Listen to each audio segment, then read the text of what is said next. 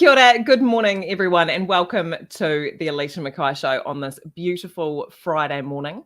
It's a bit chilly here in Wellington this morning, which is a sign that autumn is becoming autumn, which is both exciting for me because, as I mentioned, for those of you who tuned in last week, my favourite thing to do is to sit inside when it's warm and look outside at how it's not very nice and feel smug.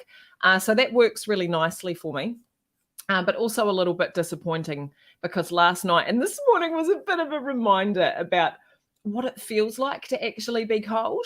Not summer cold, be like, oh, I could almost put a jersey on, but actual cold, which is mildly disappointing.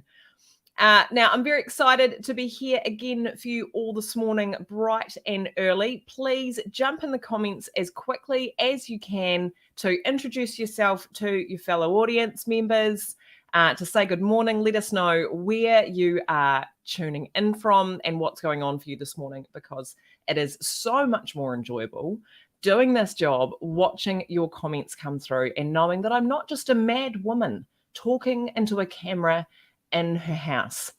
Now, good morning, Darren. One thing I didn't think of when I scheduled this last week. Now, you will be unsurprised if you've followed me for a while to learn that when it came time to push go on the Alicia McKay Show, there wasn't really a long period of time where we thought about what the best day would be, what the best time would be, whether we were ready, how we were going to sort of work out the optimum time for people's lives. No. What happened was last Monday, I called producer Cam and I said, Cam, it's time for us to have the Alicia McKay Show. I'm doing it this week. What days are you free? And so we looked at our calendars and I was like, I was thinking Wednesday or Thursday. And producer Cam said, no, I got something on Wednesday or Thursday. And we're like, all right, guess we're doing it on Friday then. What time? And Cam said, I've got something at 9:30. Could we do it at 8? And I went, yeah, 8's good. So we booked it in, chucked it on LinkedIn. And then sort of this week, I realized I have kids, every second week. So being on camera at 8 a.m. on a Friday morning is quite disruptive to my morning school run routine. So know that this morning I have dispatched a teenager down to the bus stop. I've driven her down to her bus stop to head over the hill. I've got 2 other children out there having their breakfast with their lunches made, getting on, maybe not getting on. And I'm in here and walked into the studio approximately 3 minutes before we needed to go live with a cup of coffee, much to producer Cam's frustration. But here we are. We're here again, and I'm very excited to be here and to see you all tuning in. We have Kate from Dunedin, Karen from Auckland. We don't know where Glenn is, but he's excited. Fabienne! We have the beautiful Fabienne tuning in from Germany, which is extremely exciting. We've got Barry, Guy Not a Madman is here from Wellington. That's very exciting. Paul isn't mad either. He's here from Auckland, but I am competing with the council mowing crew. I will take them on, Paul, and I will take them down. All right, so in today's show, we will be talking about news and not news, what's been going on this week. We're going to introduce a special guest in the field, live reporter. Producer Cam will join us as always with his input and something neat. And I've also got another special guest, but I'm not going to tell you who that is just yet. We'll just keep that under wraps. So what's been going on this week? COVID is still here. Please feel free to let me know in the comments if you have been affected by COVID this week, either because your family has sent you into ISO, or because you're sick, or because you can't get any ice cream at Countdown because all of the freezers are empty. Sorry, that's just a personal experience. Went in for a hot chicken, thought I could get 2 litres of ice cream, couldn't. The only flavours left were ones that people really, really didn't want, which was obvious.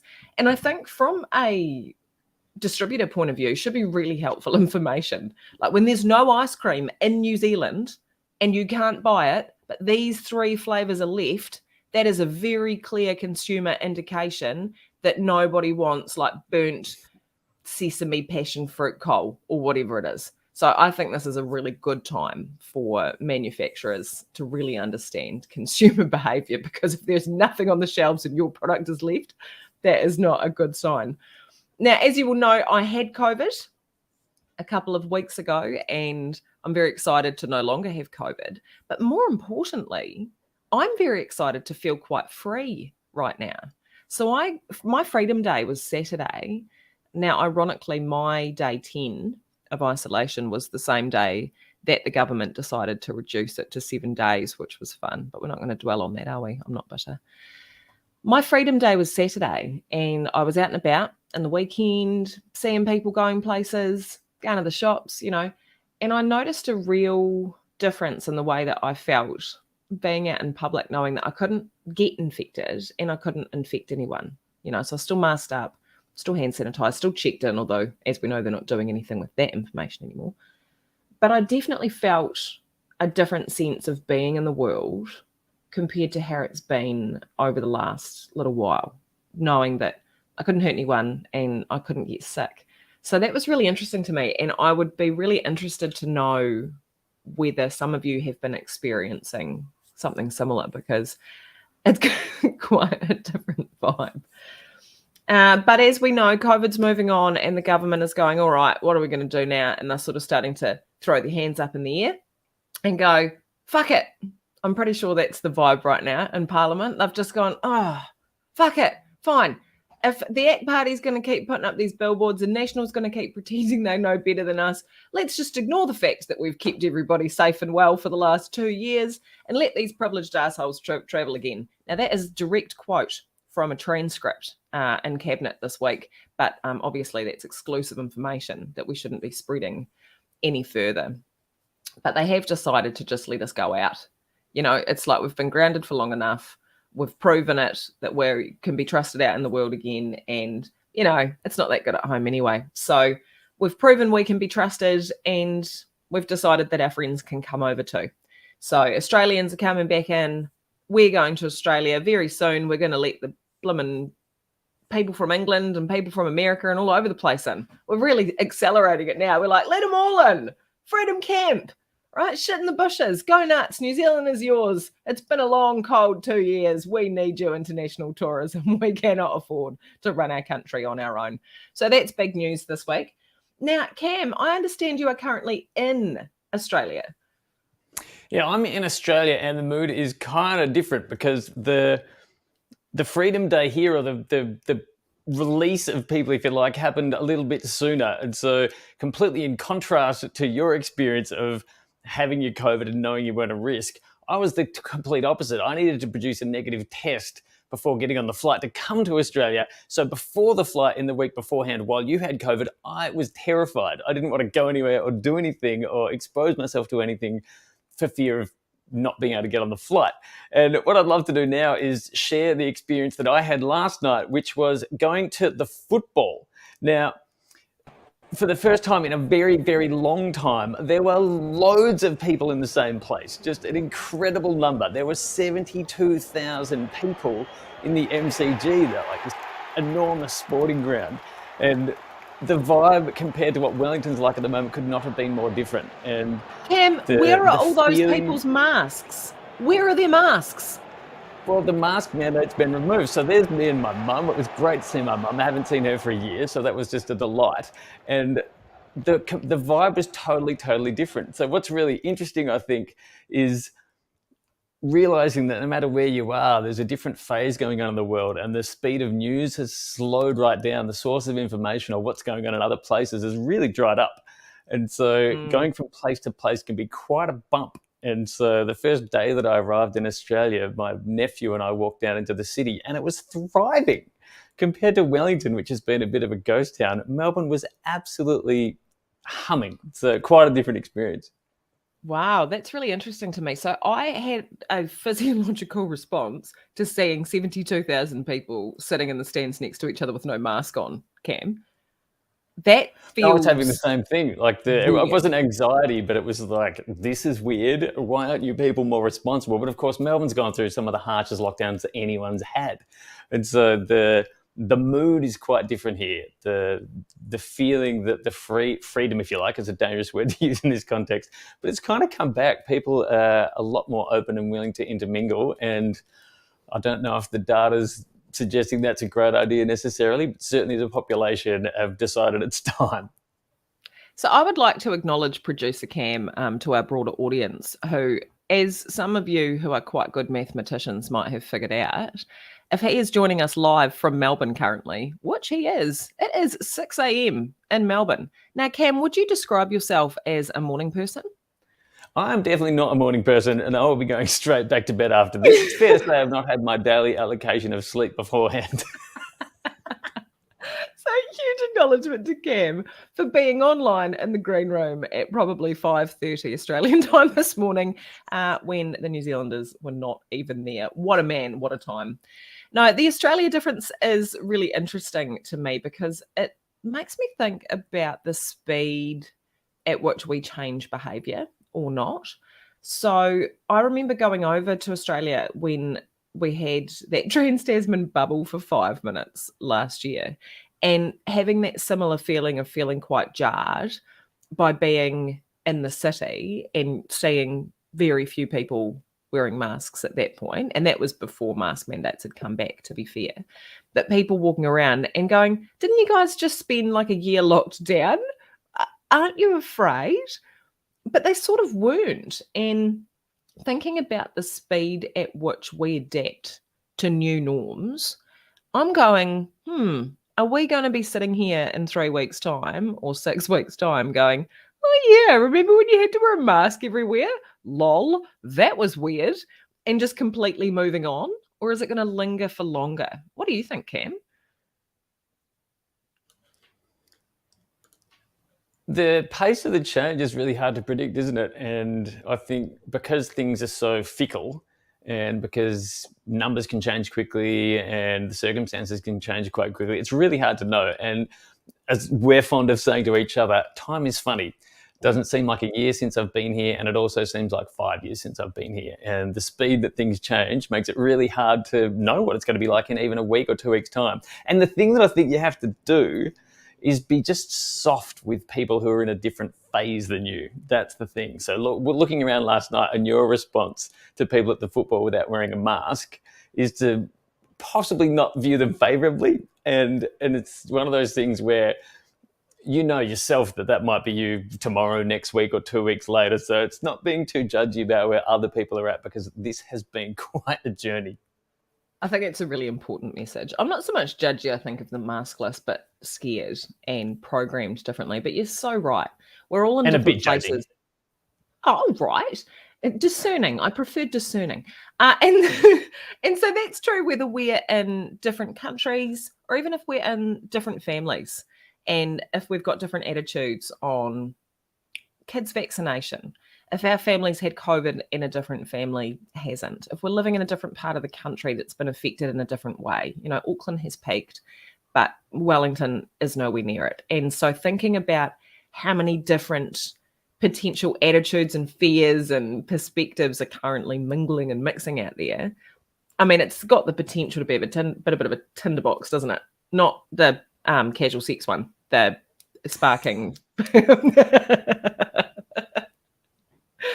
I'm glad to have cleared up that confusion. Anyway, moving right along, hitting the schedule and keeping the timetable here. We're all about that. The Alicia McKay Show. Well, something that I've been focusing on this week, and I want to bring up before we go any further, is this idea of good news. Now, I run a really excellent leadership program, I would say that, wouldn't I? For Countdown Supermarkets. And so I've got the pleasure of training 120 of their leaders this year to be a bit more strategic and to cope with change. And it is an absolute delight to me running these leadership sprints and getting to know a group of people for a short period of time. But the final assignment in this course is a showcase of your leadership movement. And this is where it gets really exciting, where after 8 weeks together, we have people come out and get on the stage, essentially, and showcase what they want to see more of in their environment or in the world. And it's very exciting. It brings me to tears every time. Now, the wonderful Calvin from Countdown Woolworths this week, his leadership movement was to see more good news in the world. He said, we don't have enough good news, so my movement's really simple. When people are spreading information to each other online and meetings via email, we should have more good news. And it immediately touched me. I heard that and I thought, yes, Calvin, you're so right. Because further to my rant in the last episode about news values, we have got such a warped and disproportionate understanding of safety and bad news. And again, we can point the finger at the media for that a little bit, not exclusively, but a little bit. Now, those of you who are fans of movements like Hans Rosling's Factfulness, and if you haven't watched his TED Talk with the bubbles, just write down right now, Factfulness, Hans Rosling. Write that down because you want to go and see that. You'll know that actually on a whole bunch of objective metrics, the world's in the best shape it's kind of ever been. We're the safest we've ever been. Crime is lower than it's ever been. You are less likely to die early. Health, pandemics aside, is in better shape right across the world at developed and developing countries. But we don't feel safer and it doesn't feel better. And there's a number of reasons for that. And part of that is the visibility of bad news. We can see it more. 200 years ago, things were shit, but you didn't know. Unless someone sent you a telegram, you were like, telegram? Telegraph? Telegraph? You didn't know. Unless you got it in a letter, that came over on a ship. 4 weeks later, you're like, oh, things are bad over there. You didn't know. Now we know immediately. We don't have to wait for a war journalist to come out of their embedding with the troops to tell us how things are in Ukraine. We knew on day one. So we've got this visibility that's a product of our interconnectedness where we see a lot more. And good news doesn't get the same level of clicks as bad news, does it?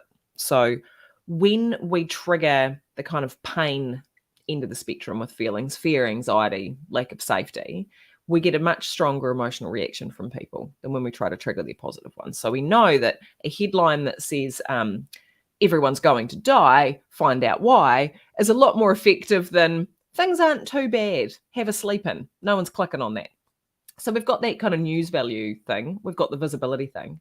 And then what I find the strangest, and I'm not trendy in this way, is that not only do we consume a whole bunch of news that's actually happening in the world, but we seem to enjoy scaring ourselves for entertainment.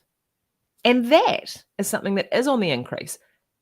Actual crime, not on the increase.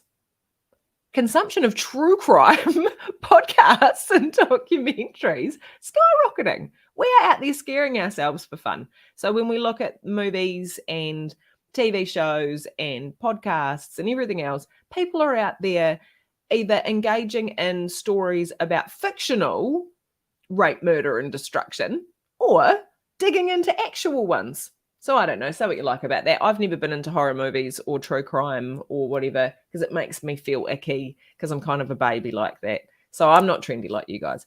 But when you put all those things together, it means we don't get a lot of good news. And it's kind of bad for us to only be surrounded by bad news. And I don't even think I need to quote a study to convince you guys of that.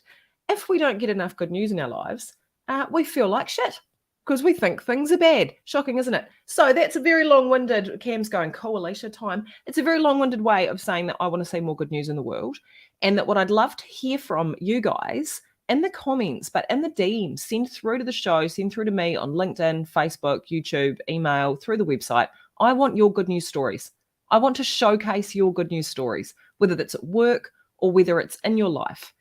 So the good news story that I want to share very briefly is that I discovered yesterday that playing Tetris, can reduce PTSD, depression, and anxiety.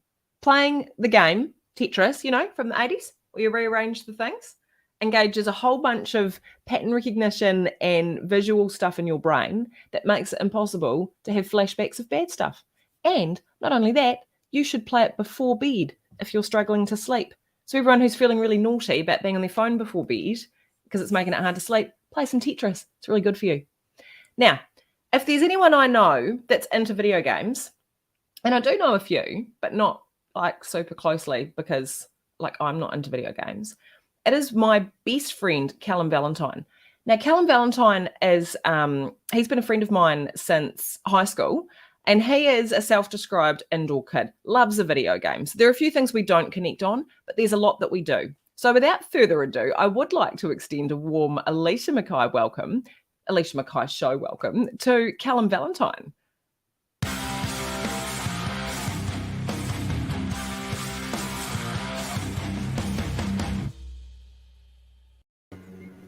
Well, welcome.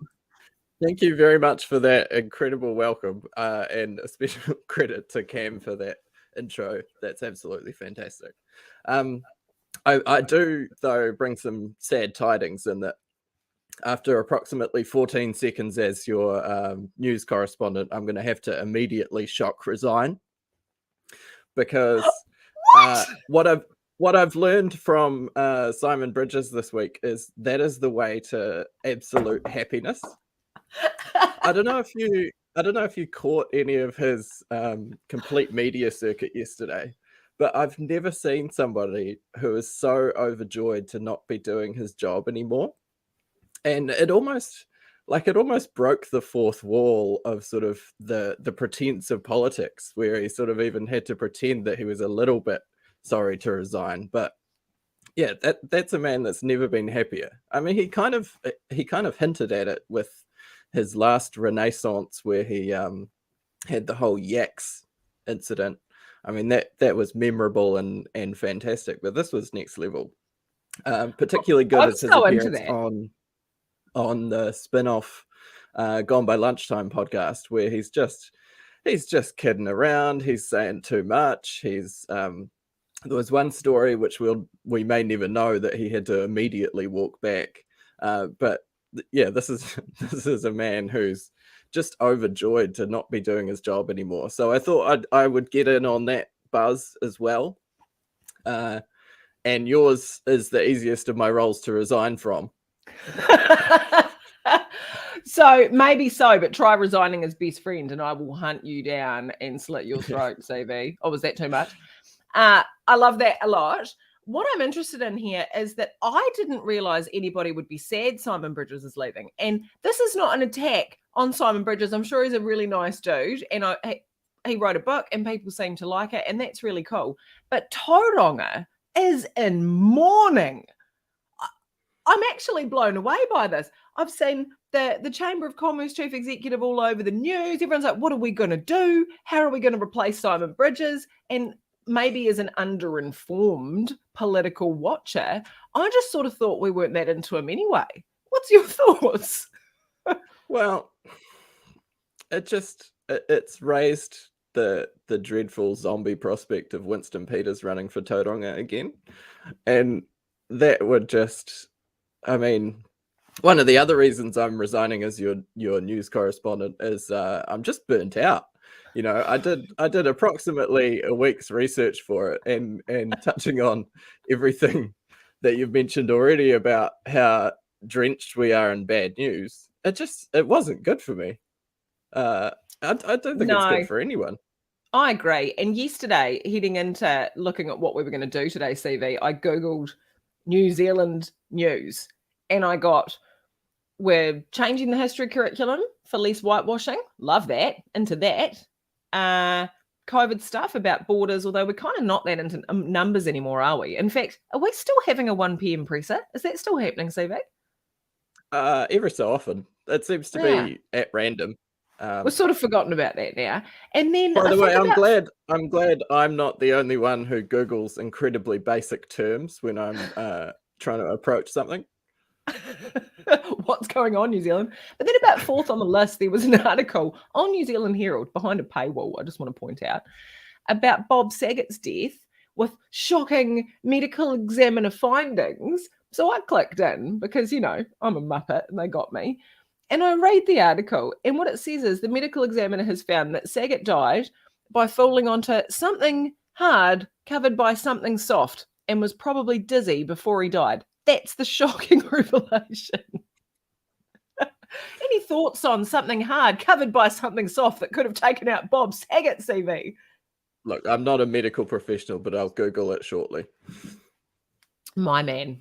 Well, it was an absolute pleasure to have you debut on the show for your one and only appearance before your shock resignation. But I suspect we might be reappointing you by next Friday. So thank you so much, CV, for coming in with your incredible Bridges commentary. A man who is excited to no longer go to work. That is a movement that I can get behind.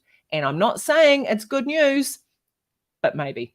Although we might feel slightly differently if we get old Winnie Blue back on the political circuit, because he is probably tired. All right, this brings me into actually having CV on the show, into my fad of the week.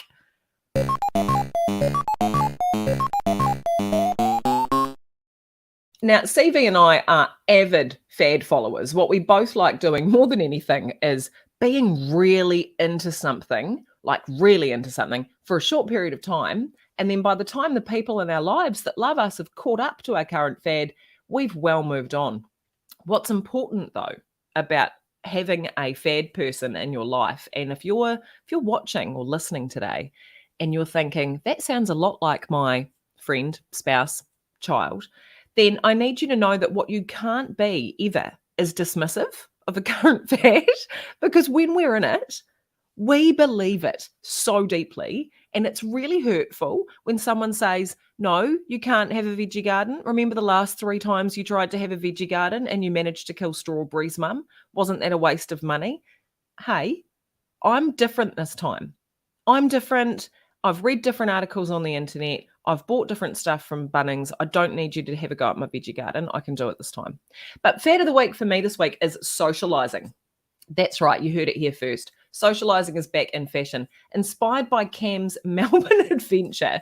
I'm all about going out. Now that I'm free, I've had my COVID experience, and having spent a year basically as a hermit, convincing myself that I don't like other people.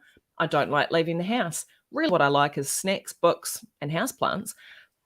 I've decided that socializing is back on the agenda. Now, CV and I actually kicked off the socializing fad on Saturday, and I felt like an absolute rebel sipping on an espresso martini at 2 p.m. on a Saturday at Loretta in Wellington. Thank you, Loretta. The hazelnut is a good touch. I love that.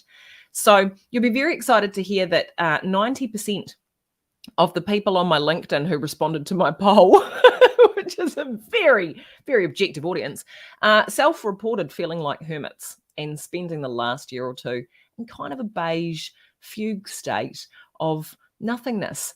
The good news about that is, if you'd convinced yourself that you were really depressed and broken and kind of a loser now, join the rest of us. We're all depressed, broken losers. But it is time to turn the curve on that. So things I'm doing in the next couple of weeks include leaving the house, booking flights, buying tickets to things, and just generally going into my office in town instead of staying home. So it's all very exciting. My fad of the week, going out. All right. Cam, what's been going on in the last week for you, aside from traveling to Australia? I think the thing that's been most enjoyable is seeing people again. So having lived the last 2 years, most of the last 2 years in New Zealand, I had the pleasure of the first thing I did when I came back to Australia was go to a wedding party. And I walked into a room full of people that I knew, and I hadn't had that experience for a long time. And I'd said to a few people, hey, it's been 2 years since I've felt like this. I've been out of the country. And they said, we've been in the country and it's the same for us. We haven't seen each other for 2 years either. So I think that's a really common experience, what you said, like the change in how we felt about going out and socializing. It's really taken a toll on people. And so the natural inclination is to think that it's just us sometimes. And my insight was to understand that not that you want to do the things you usually enjoy, but you can't bring yourself to do them. It's that you don't want to do them. And that's sort of quite a privileged position to not have felt like that a lot. But that's certainly my reflection. It's that this past couple of years has really dealt a hard blow to people who are used to socializing a lot because we haven't been able to. And then when it's been reintroduced, some of us haven't necessarily been able to bring ourselves to want to. Yeah, and that's been quite a surreal experience for you, Cam, hasn't it? As if we think about the introversion, extroversion spectrum and think that most people lie somewhere in the middle, You don't, do you, Cam? Introvert, extrovert. I am way on the extrovert scale, just right off the end. And so, yeah, it was a battle. And I really enjoyed your poll because when I went to answer it, even though I like socializing and I like going out, I had to click the hermit button if I was being honest with myself. And so it's going to be interesting to see how long it takes people to naturally weave their way back into a normal state for themselves, because it's certainly taken me a while. Yeah, look, totally. And it'd be great to hear in the comments too. Sorry to cut you off there. I'd love for people to jump in the comment section about that, because it was really interesting how many people jumped on your poll. So if people want to jump in the comments on this and let us know how you've found the transition to being able to go out and see people again and whether or not you want to, I'd be really fascinated to hear about the viewer experience.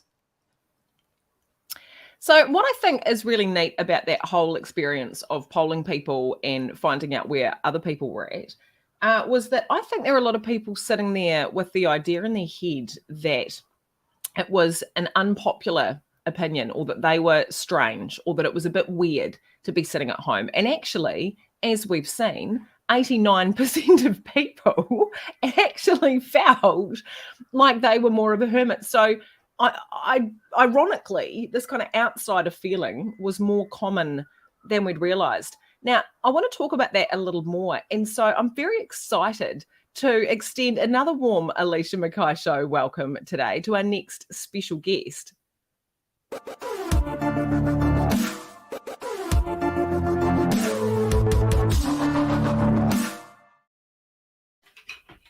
Welcome, Charlie, to the Alicia McKay show. Can you see? Yes, I can. Yeah, brilliant. So everybody, Charlie McKay is my beautiful child. And one of the things that makes Charlie very, very special, and there are a number of things, but one of the things that makes Charlie very, very special is that they're a very talented drawer. And so having an artist in my home, bringing me art on a daily basis is an absolute pleasure. But tell me, Charlie, what do you draw most commonly?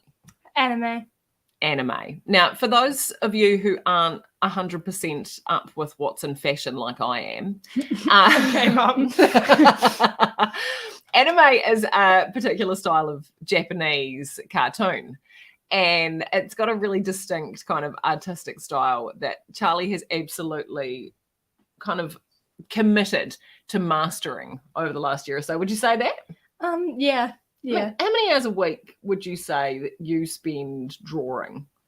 A lot more. I don't know. A lot. Would you say more than 10? Definitely. Would you say more than 15? Mm-hmm. Yeah. Charlie spends a lot of time drawing. And one of the most delightful things I get to experience as their mum is when they bring me in a picture that they've drawn to show it to me and to explain where this particular character or scene fits into the anime universe, which I'm not going to lie, despite being very trendy and up with things, is usually a learning experience for me. So earlier this week, Charlie brought me in one of their incredible creations. Now, Charlie, can you share this with the Alicia McKay show audience, please? Let's bring that up to the camera so we can see an example of Charlie's artistic brilliance. Look at that, team. Look at the detail on that. Watercolor, absolutely magnificent. Now, tell me, Charlie, what's the name of this character? Muchiro Tokito. Muchiro Tokito? Muchiro Tokito. Okay, yeah, so I did all right on that one. Now, tell me what this particular character is all about or famous for. Well, he's a demon slayer from the Demon Slayer Corps, and he is only 14 and he's already in the top 9 demon slayers in the entire world. He's part of the Hashira. Nice. So, I mean, being in the top 9 demon slayers in the entire world at 14 is quite an achievement, wouldn't you think? Yeah. I mean, I couldn't do anything like that. Then again, I'm a few years behind him. No, I believe in you. You could slay some demons. Demons don't exist though, and that's kind of my. I mean, I have the sword and everything. It's just the demons don't exist part. No, that does make it tricky, but I actually think you might find from some of our audience members that we're all battling our own demons right now, and we could all do with slaying a few of those. But tell me, how do you get to be one of the best demon slayers in the universe by 14? Well, he kind of just he started slaying demons. I forgot what age, but he decided he wanted to start slaying demons because his parents died. Like his mother got really sick, and then his dad went out to get medicine and then fell off a cliff, and his mother just died of the sickness. And so he had a twin brother, and things just weren't going very great. And he decided to start slaying some demons, and he started training. He went to final selection, which is where if you survive killing enough demons, you can go and be a demon slayer. And so he started his journey to be a demon slayer, and he just slowly got better and better, and he even created his own breathing style, and he just really created a new thing that is unique and out there. And it was, even though he's so young, he was already making these amazing and being able to kill demons better than so many others that are ahead of him in life. But here he is, still slaying all of these demons. This is an inspirational story, Charlie, of what can happen early in your life if you're willing to innovate. Now, do you think, what's his name? Muchiro. Muchiro. Do you think Muchiro has many friends? No, I don't think he could. Most of his life is just murdering man-eating demons. Yeah, right. So that takes up a lot of energy. But what I think is nice about this as a lesson, Charlie, if we're taking on board, important life lessons from anime, as we should, is that if you're willing to commit to something and dedicate your life to it, you can be great. But also that's not enough. If you want true excellence, you can't just copy what everyone else is doing. Because if he was out there at 14 years old trying to copy everybody else's demon slaying techniques, he would still be a demon slayer, just not as good. Right. But he comes up with his own blooming technique. He's the mist breather. Now what happens? At only 14. Shoots to the top because he was willing to innovate. Because he was willing to forego time with his mates. He knew what it, he didn't have any mates. All he had was his twin brother who didn't like him. Yeah. I think we've all experienced that. A twin who doesn't like you. Just siblings being a pain in the ass. Trust me. I think you'd be quite familiar with. Yes. Well, look, Charlie, I think you've brought to us both some incredible art and some really useful thinking for a Friday morning about what it takes to succeed and make a difference in the world. So thank you for joining us. That was very illuminating, and I hope to have you on the show with your art and your perspective in the future, because I think you're quite good. Who doesn't? All right, everybody, that was Charlie, my incredibly talented artist. Let's give in the comments, please, some brilliant feedback for this incredible human and her talents. All right, I'm going to cross to producer Cam to start to wrap us up for the day with some of his thinking on what's been going on over the last week as we prepare to finish up our incredible broadcast this morning. Awesome stuff, Charlie. Love your work. I thought we would loop back to a couple of topics from last week. We talked about how the news cycle was very fast and that things come in and out of public consciousness very quickly. So I thought might be worthwhile to just revisit a couple of topics from last week. So Snow Medical is this philanthropic society that donates a large sum of money to Melbourne University. And they announced last week that they were cancelling their donations. And they released a statement explaining why. And we're not talking a small amount of money either. In 2021, they awarded $16 million to the fellowships they were giving to people at Melbourne University. And this year announced that they were cancelling any further donation because the 6 people who they chose to award the fellowships to, the Melbourne University fellowships, were 6 white men. And the Snow Medical Foundation said that does not align with our values and it's time for action and not just talk. And so they pulled the funding. Now that, of course, isn't necessarily the action that you want. It would be much better if we had more diversity in gender and background, racial background, than pulling funding. But it is a good counterpoint to what we were talking about how sometimes we don't necessarily get enough action and we sometimes get too much talk. Now, that's a very serious topic. What I'd love to do now to close out the show is address a slightly more lighthearted one. Now, there was a very, very funny bit of a furor on Twitter this week when the Women's Network Department logo from the Department of Prime Minister and Cabinet was shared with a slightly skeptical look. Now, I know a lot of people are listening and not watching. So, Alicia, can I get you to describe in detail, please, what the Women's Network logo looks like? Well, I suppose if I was trying to sum this up, I would say that they've used a stylized sort of W, which is purple, the color of, some would say royalty, some would say engorgement, followed by this sort of long phallic shaped situation coming from the W. Now, if you were to sort of turn your head to the right and you had sort of a filthy imagination, you might say it resembles perhaps a microphone, or you might say it resembles something else. Yeah, and the comparison is pretty clear. And so what I absolutely love about this is that people absolutely got on board it. And for a logo to be so comically phallic looking, the person who dug it up and laughed about it honestly thought it was a joke. And so we've got this beautiful, beautiful logo on the Department of Prime Minister and Cabinet website that looks, let's face it, like an eggplant emoji. And this logo sits on the Prime Minister's webpage. And just to give some context for why it looks like it does, because I do have a lot of sympathy for the poor person who designed this, because they were designing them as a logo set. Now, on screen now, we can see the family of logos that this women's phallic network belongs to.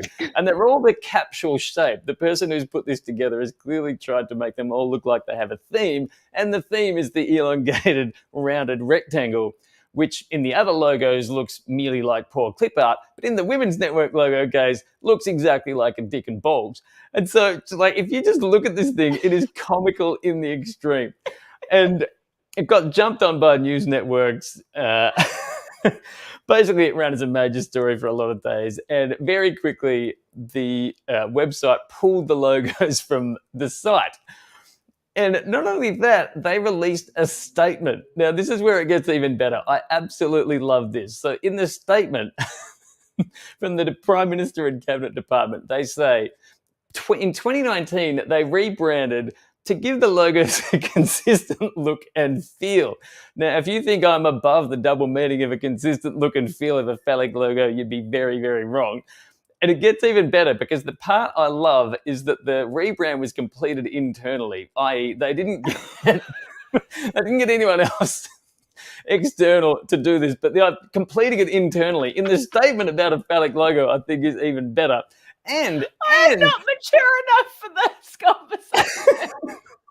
The designs were consulted on widely, according to their statement. So it wasn't like one person made this and put it up. They were consulted on widely. So they showed this around at the department and said, hey, what do you think of this logo? And they were happy with this as it went.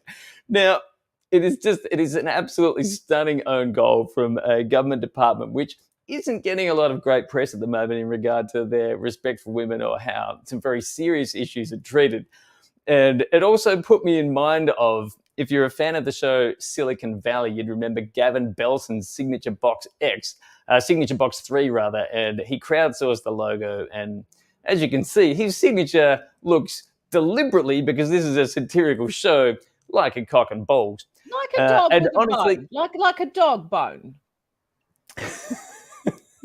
Something like that. Now, because the Prime Minister's obviously had a bit of unfavourable press around women's issues at the moment, which absolutely are serious and should be taken seriously, the statement is very clear to say that the Prime Minister nor his office had anything to do with this logo design. So I think we should all be confident about that, that the Prime Minister... good time. So, what an exceptional way to close out the show, which is not to be really adding a lot of meaningful discourse to the public, because quite frankly, we've got enough content to navigate out there, but rather a bit of lightheartedness on our Friday to see us moving on with our day. Now, guys, we have reached the end of the Alicia McKay show for this week, and I have got the third special guest of the day here to say hello and also to close out the show for the morning. As always, it's been an absolute pleasure to sit with you to talk about important things like women's issues, social habits, political changes, COVID, and other stuff. I've made it sound quite serious, haven't I? That's good. What a serious show we had today. It was an absolute pleasure to be part of your Friday morning, everybody. And thank you so much for tuning in. I'd also like to make the point as we close out with the beautiful Harriet McKay, who's just about to head off to school, which is why we have to disappear, that if you are not yet following the Alicia McKay Show on Spotify or Apple Podcasts, please go and do that and submit a review for us, because we are rocketing up the charts. After one episode, we were this morning at number 83 for the top podcasts in New Zealand, and I reckon we can nudge the top 50 by next week, everybody. So don't be shy. Please get out there, follow the show, submit a review for us, because your support means everything and means that we can dedicate as much energy as possible into bringing you a great viewing experience. Thanks, everybody. It's been fabulous. Have fun at school, Harry. Bye.